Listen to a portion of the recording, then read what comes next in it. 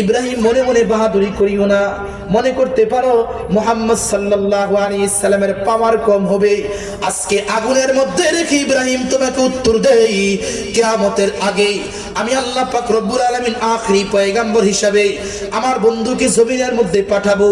ওই বন্ধু জমিনে যাওয়ার পরে এরকম তোমাকে যেরকম আগুন কুণ্ডুলি বানিয়ে আয়নাঘর বানাইয়া গুম কইরা 3 মাস 2 মাস 6 মাস রাখতেছে নমরুদ, আমার আখেরি পয়গম্বরের উম্মত গুলাকে আয়নাঘর নামে বহুত ঘর তৈরি করবে, গুম করবে, 3 মাস 6 মাস রাখবে।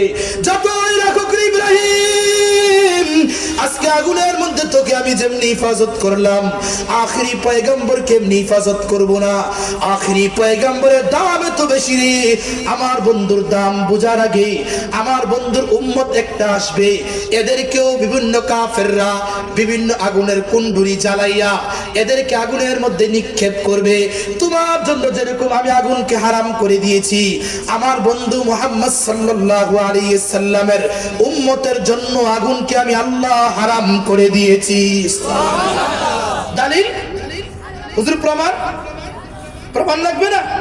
নবীজির ইন্তেকালের পরে সাহাবীদের যুগ একজন বিশ্ববিখ্যাত কুখ্যাত কাফের ছিল, তার নাম হলো মুসাইলামাতুল কাজ্জাব। নাম কি বলেন? জোরে বলেন। মুসাইলামাতুল কাজ্জাব বলেন সবাই। মুসাইলামাতুল কাজ্জাব সে রাসূল আকরাম সাল্লাল্লাহু আলাইহি সাল্লামের নবুয়তের পরে সে নবী দাবি করছে।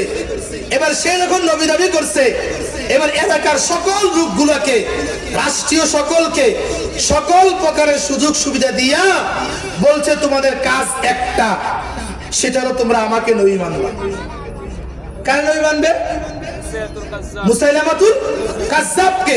পুরো পৃথিবীতে সাহাবায়ে কেরাম ছাড়া আর মুসলিমদের কিছু তাবেঈ ছাড়া সকলেই মুসাইলামাতুল কাজ্জাবের নবী মানছে।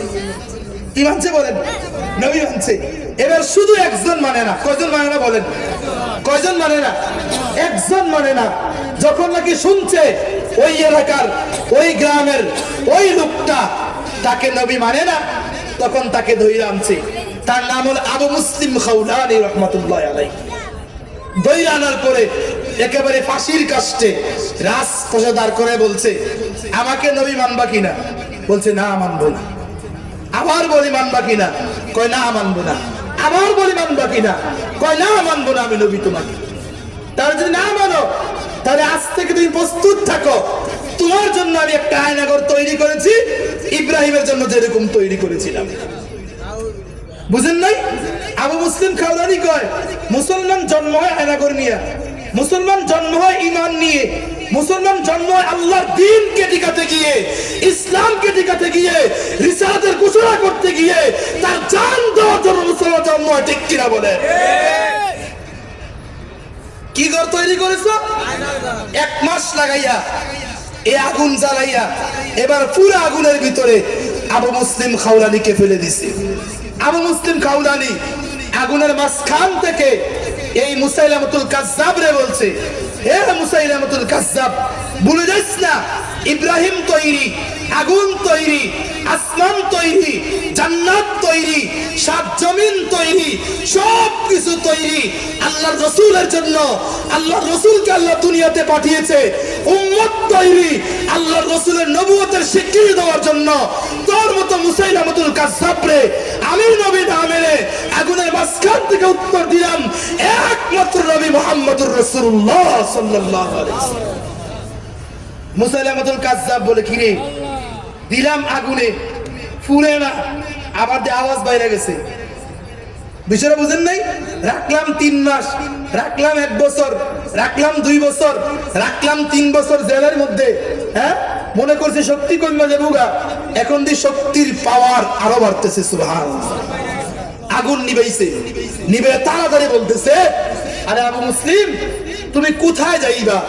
তখন আবু মুসলিম বলছিল, আমার প্রথম যাওয়ার স্থান হলো মসজিদে নববী, রাসূল আকরাম সাল্লাল্লাহু আলাইহি সাল্লামের রওজা ধারে গিয়ে আল্লাহর রাসূলকে সালাম দিয়ে বলো, নবী গো, যেই মুজিজা আল্লাহ পাক ইব্রাহিমকে দেখিয়েছে, সেই মুজিজা আপনার উম্মতকে দেখিয়ে আল্লাহ পাক পুরো পৃথিবীতে প্রমাণ করে দিল আপনার নবুয়তের উপরে কোন নবুয়ত হতে পারে সুবহানাল্লাহ।